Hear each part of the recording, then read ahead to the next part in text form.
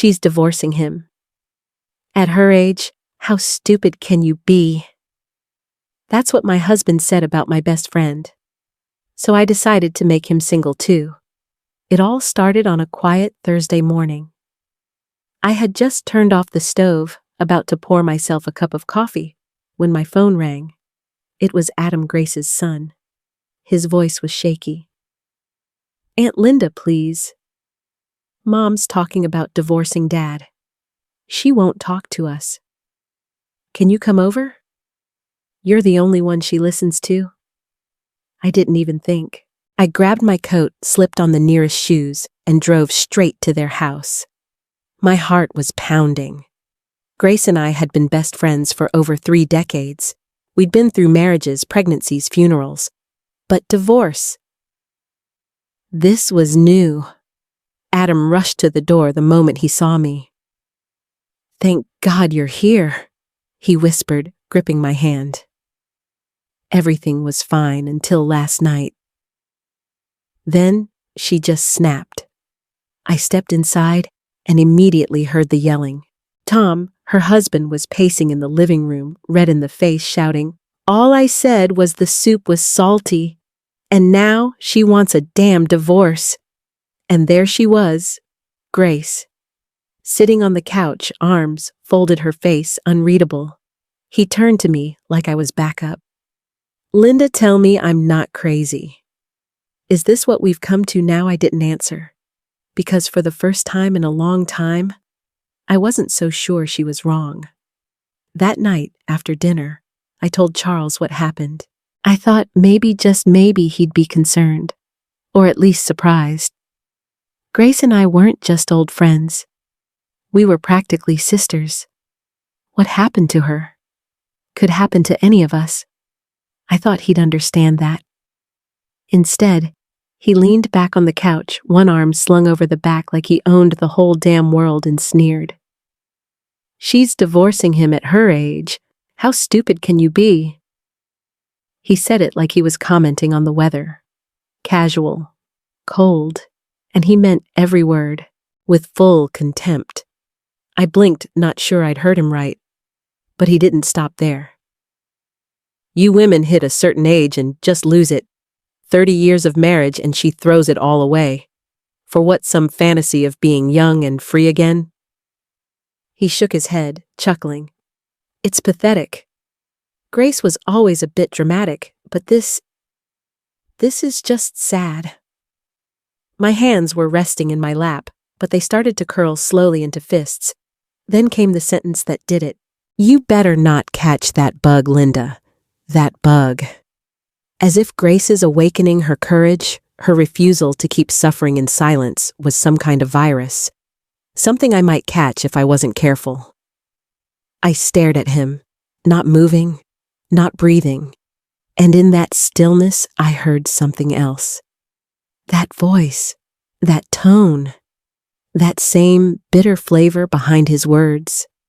I'd heard it before, when I tried to start an online art class a few years ago. "Why bother at your age?" he had said, when I suggested we travel somewhere new. "What for? We've seen enough." When I cut my hair short and wore that new red blouse. "Trying a bit too hard, aren't you?" He hadn't just mocked Grace. He'd been mocking me, for years, and I let him. I smiled through it, laughed it off, pushed it down. Because that's what I was taught to do. Be the calm one. The reasonable one. The forgiving one. But something inside me cracked that night. Not because of Grace, but because I realized I'd been living a version of her story all along. She just had the guts to call it what it was. And suddenly, her decision didn't feel impulsive or dramatic. It felt right.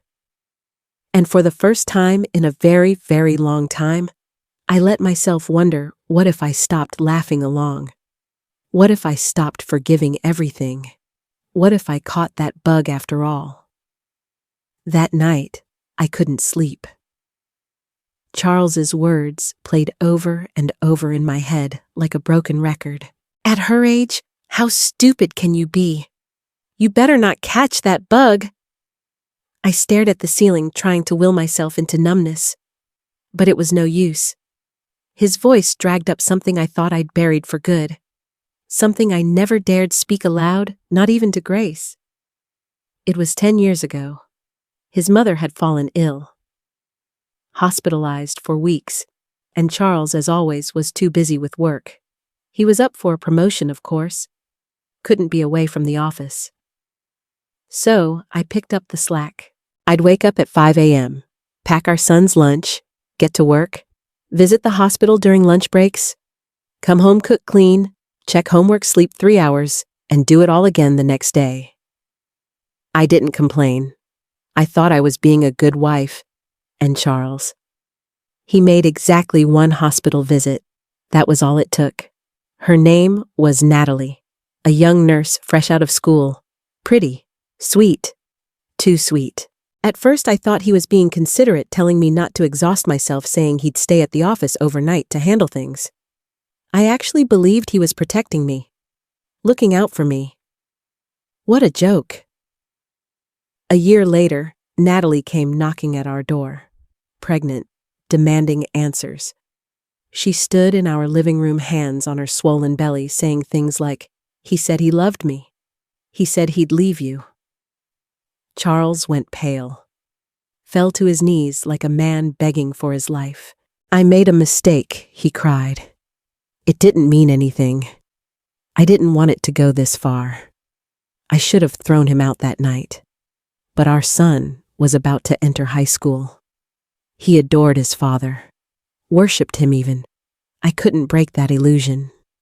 Not when he needed stability most." Natalie threatened to go public.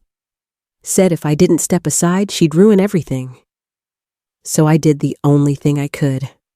I wrote her a check for $80,000. Told her to leave. Told her to disappear. She lost the baby in a minor car accident a few weeks later. Charles didn't even visit the hospital. Just sent flowers and moved on, like none of it had ever happened. And me, I smiled. I moved forward. I told myself it was over. But the truth is, I never healed. I just learned to limp with it. Built a life around a splinter buried too deep to pull out. Smiled through every dinner party. Played the doting wife. Pretended I'd forgotten. But I hadn't. Not really. And that night, lying beside the man who once sold me out for a nurse in white scrubs, I finally asked myself, why had I stayed so long in a house that had been empty of love for years? It started with a grocery bill that didn't add up. Then a missing transaction. Just a few $100s here and there. Nothing big enough to scream over, but enough to itch at the back of my mind. So I dug deeper. There they were. Transfers to a name I hadn't seen in years. NR. At first, I thought no, it couldn't be. Not after all this time. But deep down, I knew exactly who it was. Natalie, the nurse, the one I paid to disappear. I wanted to believe it was a coincidence, some bank glitch, but the doubt was louder now than the denial.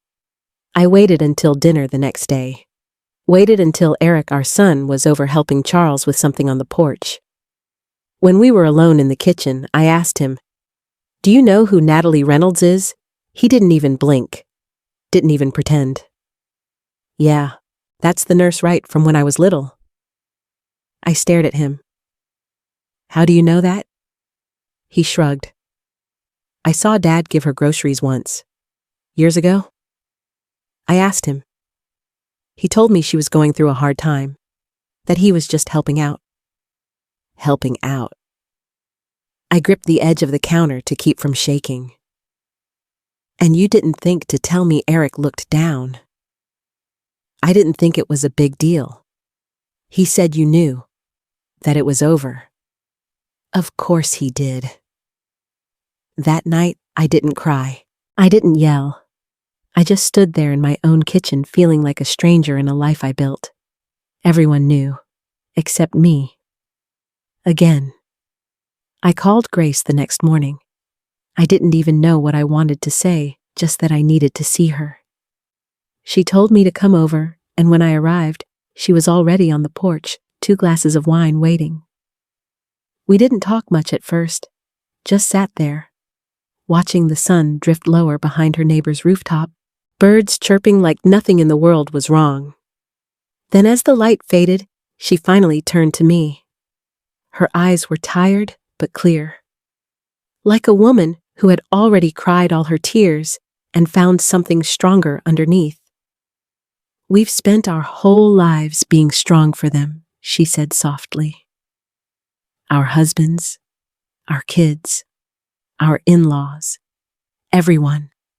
We hold it all together while they tear it apart." I didn't respond. I didn't have to. She reached out, placed her hand on mine. "Isn't it time we're strong for ourselves?" That line. It hit me like a slap to the soul. I nodded, not trusting my voice, because I knew she was right. I had been quiet for too long, smiling through dinners, folding laundry while bleeding inside. I thought being silent was strength. But it wasn't strength. It was survival. So that night after I got home, I didn't confront Charles. I didn't throw plates. I didn't accuse. I simply started preparing. I pulled out our marriage documents, looked up lawyers online. I reviewed the deed to our house, the names on our joint accounts. I met with an attorney quietly, scheduled appointments while Charles was out fishing or napping on the couch. I transferred what I could, consulted a financial advisor, moved some savings into a private account, one step at a time. He didn't notice a thing, because I played my role, smiled at the dinner table, washed the dishes, nodded at his stories. But behind every smile, I was getting closer, closer to the door, closer to the day I'd walk through it, closer to the woman I used to be before I gave her up for a man who didn't deserve her. And for once, I didn't cry. I didn't scream. I just planned. And oh, how powerful it felt to finally move in silence for me. I waited for the right moment. It came on a Sunday afternoon when Eric and his wife Julia came over for lunch like they always did. I made pot roast, his favorite, set the table, lit the candles. I wanted everything to feel normal, at least for a few more minutes. We were halfway through dessert when I put down my fork, looked up, and said it. "I've decided to divorce your father." Silence. Complete echoing silence. Eric blinked. Julia's spoon stopped mid-air. They both stared at me like I'd just announced I was moving to Mars. "Wait." "What?" Eric asked, almost laughing. "You're joking, right?" "I'm not," I said calmly. "I've already spoken to a lawyer." "Mom," he said, his voice shifting, hardening seriously. "Divorce? At your age?" That sentence, the way he said it, just like his father. Like I had some expiration date on freedom. Like life was already over for me, and I should be grateful just to exist in the corner. I didn't flinch. I smiled. A soft, sharp smile. "Your father gave everything to another woman. What exactly did he leave for me?" Eric opened his mouth, then closed it. Julia looked down at her plate. "I stayed quiet for years," I continued. "I stayed because of you. I stayed because I didn't want to break our family.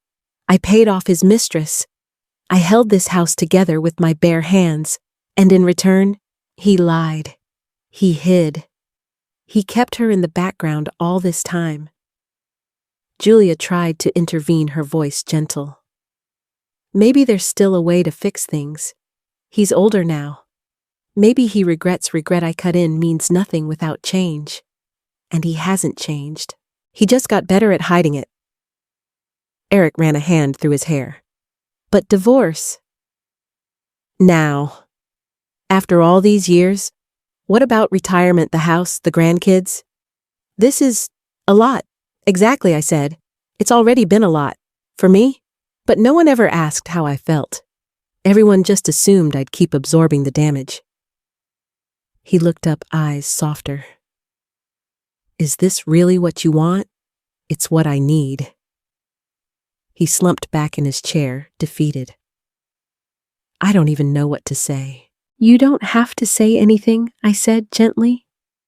Just understand, I'm not asking for permission. I'm telling you because I love you. But I won't keep dying a little more each day, just to make everyone else comfortable. The room stayed quiet for a long time. I could feel their shock, their confusion, maybe even their fear. But for the first time in decades, I wasn't afraid. Because I had finally said it, out loud, and there was no turning back. It was supposed to be a peaceful afternoon. I had just finished yoga with Grace, picked up an iced tea, and decided to take a walk through the park before heading home.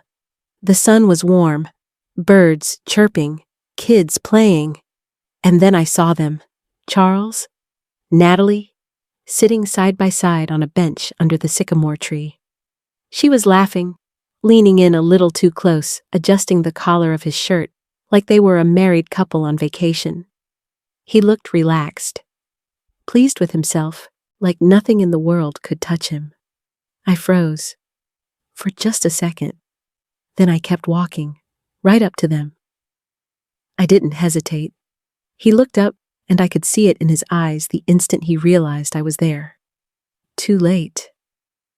I raised my cup, and without saying a word, poured my cold tea straight into his lap. He gasped and jumped up, stumbling backward like a guilty child caught red-handed. Oh, you're comfortable being seen with her in public now, I said, my voice calm but cutting. Good. You'll be single soon. Natalie's eyes widened. She tried to stand to explain, to smile through the humiliation, but I wasn't looking at her. My eyes were locked on Charles, and then Grace arrived. She crossed her arms, her voice cool as steel. Nice to see old habits die hard, huh? Charles' people around us had started watching. Phones out, whispers spreading like wildfire.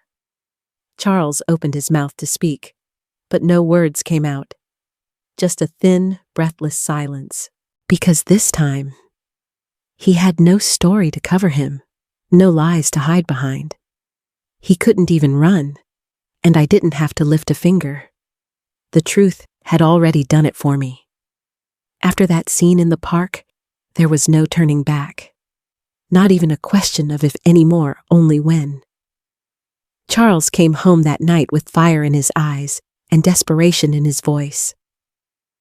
First he yelled, "You humiliated me in public. Are you proud of yourself?" Then he begged, "Don't throw away everything we've built. Please, let's talk." And finally, he turned to guilt.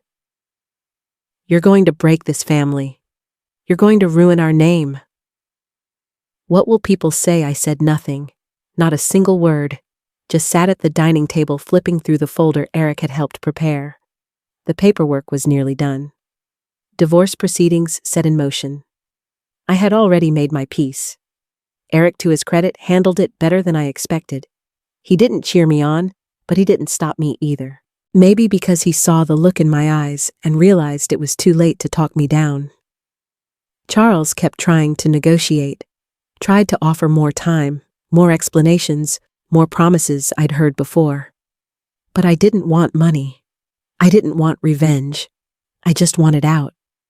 I took almost nothing. The house, I let Eric and Julia keep it. The joint savings split clean down the middle. The furniture, the wedding gifts, the photos on the wall, I didn't touch any of it. All I wanted was my peace, my time, my freedom. The day we signed the papers, Charles looked at me like I was a stranger, like he still couldn't believe I was really walking away. But I didn't flinch, because while he was losing a housekeeper, a caretaker, and a cover story, I was finally getting myself back. And to me, that was worth everything. A few months passed, peacefully, quietly, just how I liked it. Then one afternoon, Eric called. His voice was low, hesitant. "Dad's in the hospital. He had a fall. He's been asking for you." I don't know what made me go. Curiosity, maybe, or closure. When I walked into the hospital room, Charles looked smaller, older, fragile in a way I had never seen before. His leg was in a cast, his arm in a sling. But the moment he saw me, his eyes lit up like none of it had ever happened. He reached out a shaky hand. "Linda, do you remember your beef stew? I've been craving it." I smiled, leaned in close, looked him right in the eyes, and whispered, "Karma always finds your address, Charles."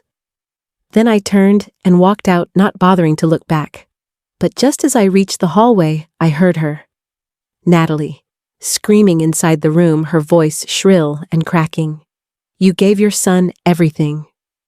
What about me? I stuck with you. I took care of you." Charles didn't answer.